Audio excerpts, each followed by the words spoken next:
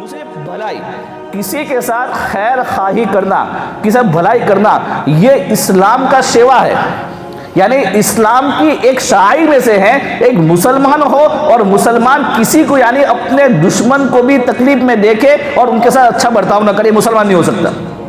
اس کو برتاؤ کرنا چاہیے. اور میں اس پر 2-3 واقعہ آپ کو سناتا ہوں. مالک بن ادہم ایک بادشاہ گزرا ہے. وہ اپنے حواریوں کے ساتھ یعنی اپنے درباریوں کے ساتھ شکار کے لیے جنگل میں گیا اور شکار کے تلاش میں کافی دور تک نکل گیا. نکل جانے کے بعد اس کو معلوم نہیں رہا کہ میں کون سی علاقے میں ہوں اور وہاں پانی ہے نہیں ہے. اس زمانے کے اندر تو GPS نہیں تھا. چنانچہ اس نے جب تھک گئے اپنے ساتھیوں سے کہا کہ بھائی پانی تلاش کرو، پانی پینا ہے، بھوک بھی لگی ہے. تو اس کے ساتھی گئے، پانی تلاش کرنے لگے، لیکن کچھ بھی پانی ملا نہیں اور نہ کچھ کھانے کو ملا. تلاش بسیار کے بعد ان کو ایک گوہ ملی. ایک گوہ جانور ہوتا ہے وہ ملا. اس کو مار کر لائے. اس نے کہا کہ دیکھو اس کو کھانا ہے تو اس کو تل کے کھا لو، ورنہ اس میں جو ہے ورنہ مسالے لگائیں گے تو آپ کو پانی کی پیاس لگے گی. ان لوگوں نے کھا لیا.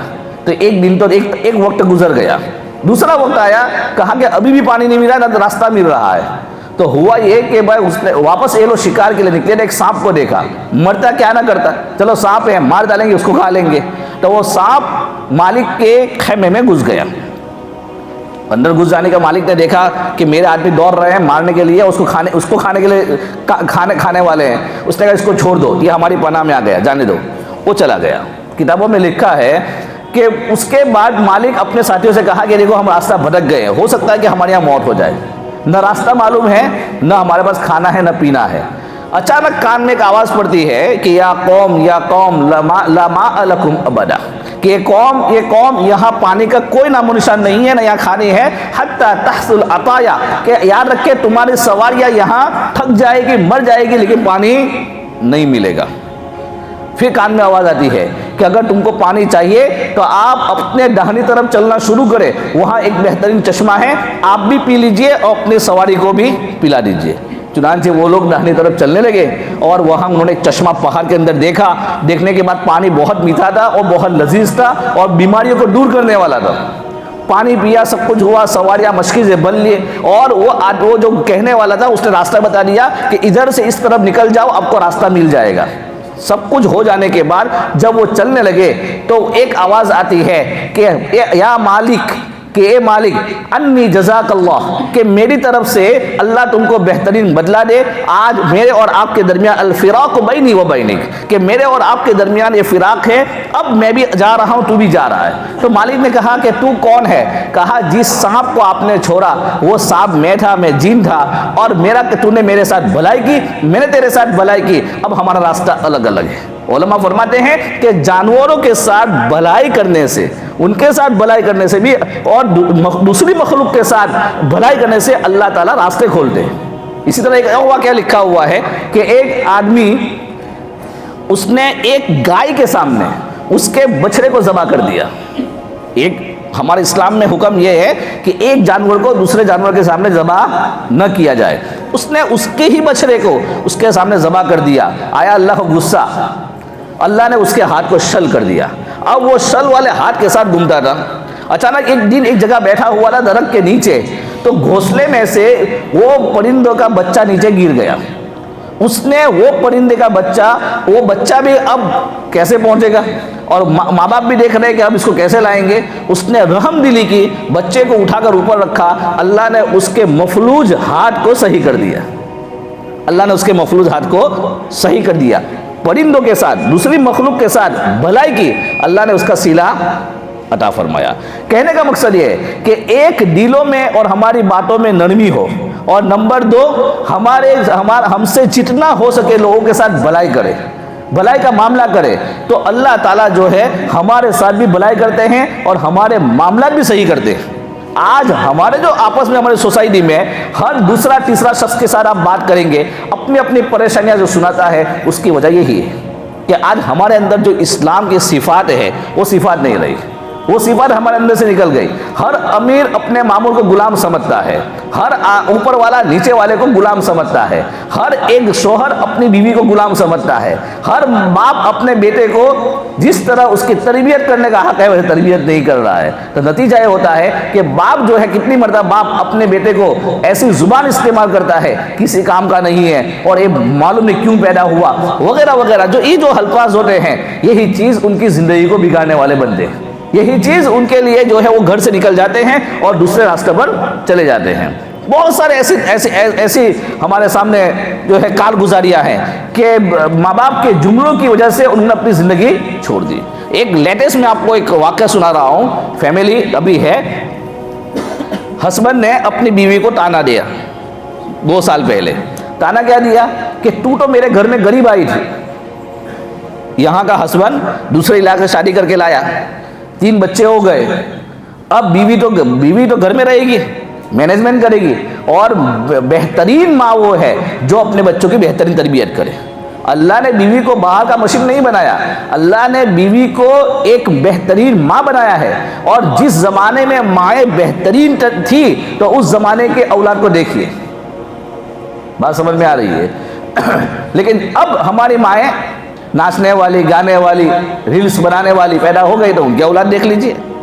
تو کیا ہوا, ہسبینڈ نے بیوی کو تانا دیا کہ تو غریب, تم تو ادھر کی گھاٹی, ہم تم کو لانے کے بعد تم نے پیسے ہم سے دیکھے. یہ جملہ اس اچھی خاصی خوشحال فیملی بہترین تربیت کے ساتھ چل رہی تھی, بچوں کا خیال ہو رہا تھا, ماہانہ بہترین انکم, بیوی کے دل میں لگ گیا کہ تو نے یہ جملہ بولا کیوں.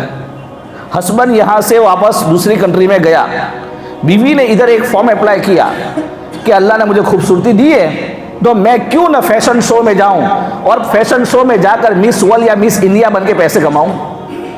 چلی گئی. جانے کے بعد اب وہاں سے پیسے کما رہی ہے.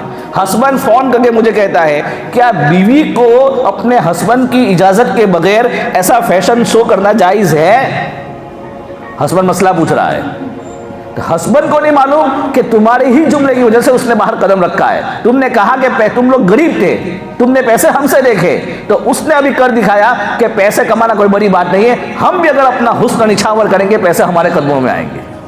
تو جملے جو ہے یہی جو ہے ہمارے گھروں کو برباد کر دیتے, ہمارے گھروں کو برباد کر دیتے. تو میرے دوستوں بزرگوں کو کہنے کا مقصد یہ ہے, آج کا جمعہ کا یہ بیان کا مقصد یہ ہے کہ اللہ تعالیٰ مجھے بھی اور ہم تمام کو زبان میں نرمی اور اپنے افعال میں نرمی عطا فرمائے. تیسری بات یہ ہے کہ ہم تمام کے تمام مزاج ہماری سوسائٹی کا, مسلمانوں کا یہ بن چکا ہے ہر جگہ کہ ہم خود اپنے رویوں پر, اپنے اخلاق پر, اپنے کردار پر, اپنی زندگی پر نگاہ نہیں ڈالتے. دوسروں کے رویے, دوسروں کی زندگیاں ٹٹولنا ہمارا کام بچ چکا ہے. کہتے ہیں عیب اور غیب, ان دو کو اللہ کے حوالے کر دو. عیب, دوسروں میں جو عیب ہے آپ نے اگر دیکھ لیا ان کیس کہ اس میں عیب ہے, تو یا دعا دل میں کر دیجئے کہ اللہ ہمارے بھائی میں عیب ہے اس کی اصلاح فرما دے. اور غیب, جو چیز آپ نہیں جانتے ہیں کہ اس کے بارے میں اللہ کا کیا حکم ہے, اللہ کا کیا فیصلہ ہے, ٹھیک ہے, تو یہ دونوں چیزیں اللہ کے حوالے کر دو. اس پر کامنٹ کرنا, تبصرے کرنا, ٹپڑی کرنا, یہ ہم کو برباد کر دے گا. سے ایک بہت بڑے دانشور گزرے, انہوں نے کہا ہے کہ ایک انسان کی اچھی خاصی لائف ہوتی ہے, پڑھا لکھا ہوتا ہے, لیکن جب یہ دو عیب اس کی لائف میں, اس کی زبان میں پیدا ہو جاتے ہیں کہ لوگوں کے عیب کو جستجو کرنا, تلاش کرنا, عیب جو ہی بولتے ہیں جس کو, عیبوں کو تلاش کرنا, ایسا ہے ویسا ہے, اس کا یہ ہے, اس کا وہ ہے, اور عیب گوئی تلاش کر کے پھر دوسری جگہ اس کو پاس کرنا, اس کو لوگوں کو بتلانا. اچھی خاصی امیج والا آدمی اس جگہ میں آٹومیٹکلی, امام ابن جوزی فرماتے ہیں, اللہ تعالیٰ لوگوں کے دلوں سے آٹومیٹکلی اس کی محبت نکال دیتے ہیں. اور خود ہم نے دیکھا ہے کہ جو آدمی کے اندر اللہ نے سراسر ٹیلنٹ بھرا ہوا ہے, ہر چیز کی اس کو معلومات ہے, اور کوئی بھی کام کرتا ہے بڑی دماغ سے ٹھیک ٹھاک کرتا ہے, لیکن اس کی ایک ہی عادت ہے کہ وہ باریک باریک عیبوں کو تلاش کرتا ہے اور عیبوں کو دیکھتا ہے. اللہ نے دین کی محنتوں سے ان کو نکال دیا, اور ان کو پتہ بھی نہیں چلا کہ اللہ نے ہم سے دین کی محنت کیوں چھین لی.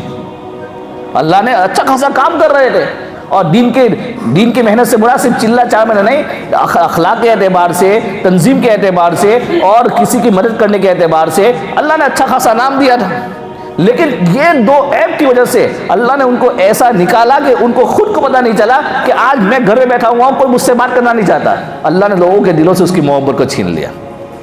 تو یہ ہماری کمزوریاں، ذرا سا ہم دین پر آتے ہیں، ذرا سا دین سمجھنا شروع کر دیتے ہیں، ہمارے پاس ایک ترازو آ جاتا ہے اسلام کا، اب اس میں ہر ایک کو رکھنا شروع کر دیتے ہیں۔ وہ مولانا ہمارے ترازو میں کتنا نیچے آ رہے ہیں، وہ حافظ صاحب کتنا نیچے آ رہے ہیں، وہ تبلیغ والا کتنا نیچے آ رہا ہے۔ یہ کام ہمارا نہیں ہے۔ اللہ نے کہا ہے کہ 100 میں سے 51 نمبر لانے ہیں، 100 میں سے 100 نمبر لانے کو نہیں کہا۔ قیامت کا دن ہوگا، میدان محشر ہوگا، ترازو ہوگا جہاں تولا جائے گا اعمال کو، وہاں یہ نہیں کہا ہے کہ ترازو جو ہے ادھر جو ہے 90% یا 100% ہونا چاہیے۔ 50 صبح ایک نکے ڈال لی، ادھر 51 ہوا، یا 50 اور آدھا بھی ہو گیا، وہ آدمی جنتی بن جائے گا، اس کا فیصلہ جنت میں ہو جائے گا۔ لیکن آج کیا حال ہے؟ ہمارا ترازو اتنا سخت بنا لیا ہے دین کا، اور ہم نے خود اپنے دین کو اپنا دین بنا لیا ہے کہ میری معلومات کے مطابق دین یہ ہے۔ ایک آدمی نے اپنا پروفائل لگایا واٹس ایپ کے اوپر، خود کا پروفائل، جس کے بھائی کیوں لگاتے ہیں کہ ایک نمبر یاد رہے، کوئی آدمی اگر نمبر ڈیلیٹ ہو جائے تو اس کو واپس سیو کرنا ہے تو پروفائل لے کر سیو کرتا ہے۔ اب وہاں ایک آدمی کامنٹ کرتا ہے تصویر کھنچوانا جائز ہے، تصویر کھنچوانا جائز ہے سوال کرتا ہے۔ اب اس کو کیا جواب دیں گے؟ اب پوری دنیا کے اندر آپ کو واقف نہیں ہے کیا؟ آپ بیان نہیں سنتے ہیں کیا؟ یوٹیوب کے اوپر ایسے بڑے بڑے علماء کے اس لائن کے فتوے نہیں ہیں؟ تو کہاں جائز کہاں ناجائز؟ آپ علماء کے پاس جائیے، آپ اپنا اسلام اپنا ترازو لے کر مارکیٹ میں مت نکلیے، ورنہ آپ خود بھی گندے ہوں گے، چند دن کے بعد دین کے نام پر آپ ایک ڈبہ بن جائیں گے، اور آپ آہستہ آہستہ پیچھے آنے والے بن جائیں گے اور دین سے بیزار ہو جائیں گے، اور آپ کے ذریعے کتنے لوگ دین سے نکل جائیں گے۔ تو آج یہ ہو رہا ہے میرے دوستو بزرگوں، اس لیے آج ضرورت ہے کہ ہمارے فرمایا اللہ کے نبی نے کہ اللہ تعالیٰ فرماتے ہیں کہ محمد اگر تیری زبان میں اور تیرے اخلاق میں نرمی نہ ہوتی تو یہ جو میرے صحابہ ہیں نا وہ چلے جاتے۔ اچھا، قرآن میں ہے محمد الرسول اللہ، کہ محمد صلی اللہ علیہ وسلم اللہ کے رسول ہے، ایک اللہ نے دعویٰ کر دیا محمد الرسول اللہ۔ اب نبی ہے، رسول ہے، اتنی بات ہو گئی، اور نبی کی پہچان کیا ہے؟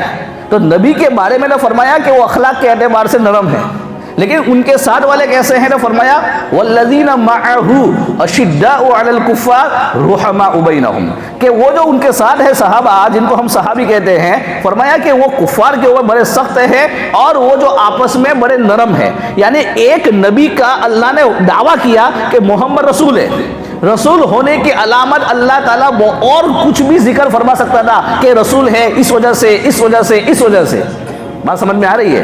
لیکن اللہ نے کہا کہ رسول ہے، اس کی نشانی یہ ہے کہ ان کے پاس جو لوگ ہیں وہ آپس میں بڑے نرم ہیں اور دوسرے پر بڑے کفار اور بڑے سخت ہیں۔ مطلب کیا ہوا کہ صحابہ کی کون سی صفت کو ہائی لائٹ کیا؟ آپس میں نرمی، آپس میں نرمی۔ اللہ نے نبی کی رسالت کو بتلانے کے لیے صحابہ کی نرمی کو ہائی لائٹ کیا کہ بہت نرم لوگ ہیں، آپس میں بہت نرم لوگ ہیں۔ خولہ رضی اللہ تعالیٰ عنہ صحابیہ عورت ہے، اللہ کے نبی کے پاس آئی۔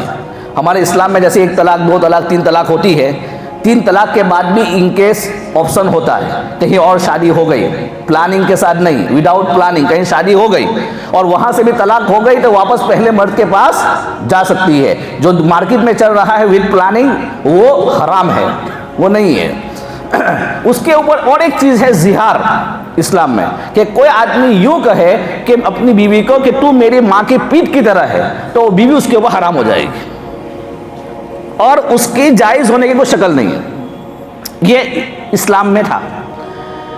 حضرت خولہ رضی اللہ تعالیٰ عنہ بوڑھیا عورت ہے، بڑی لمبی عمر کے بعد ان کے بچے پیدا ہوئے، لمبی عمر کے بچے پیدا ہوئے تو بچے چھوٹے چھوٹے تھے اور ان کے پاس جوانی بھی ڈل چکی تھی، بچے چھوٹے تھے۔